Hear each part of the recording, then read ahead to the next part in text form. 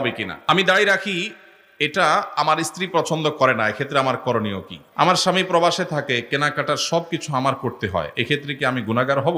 বিড়ি সিগারেট বিক্রি করার উপার্জন হালাল নাকি হারাম? আমি পর্দা করে চলতে চাই, কিন্তু যেই পরিবার যৌথ পরিবার হওয়ার কারণে পর্দা করে চলতে পারি না, এক্ষেত্রে আমার করণীয় কি? আমি প্রবাসী ব্যাংক থেকে লোন নিয়ে বিল্ডিং করতে চাই, এটা করা যাবে কিনা? অনেক সময় কোনো মুসলমানের পরিচয় উল্লেখ করতে গিয়ে লেখা হয় তিনি অমুক সম্ভ্রান্ত মুসলিম পরিবারে জন্মগ্রহণ করেছেন। মুসলমানের মধ্যে আবার সম্ভ্রান্ত অসম্ভ্রান্ত বলতে কিছু আছে কিনা? আমরা যদি কোনো রাজনৈতিক দলকে সাপোর্ট করি এবং সে ক্ষমতায় বসে যদি কোনো অপরাধমূলক কাজ করে বা অন্যায় করে, তাহলে কি তার সাপোর্ট করার কারণে আমাদের সমান পাপের ভাগিদার হবে? সকালে ঘর ঝাড়ু না দিলে কি গুনাহ হয়? অ্যাক্সিডেন্টে কোনো মুসলিম মারা গেলে উনি কি শহীদি মর্যাদা পান?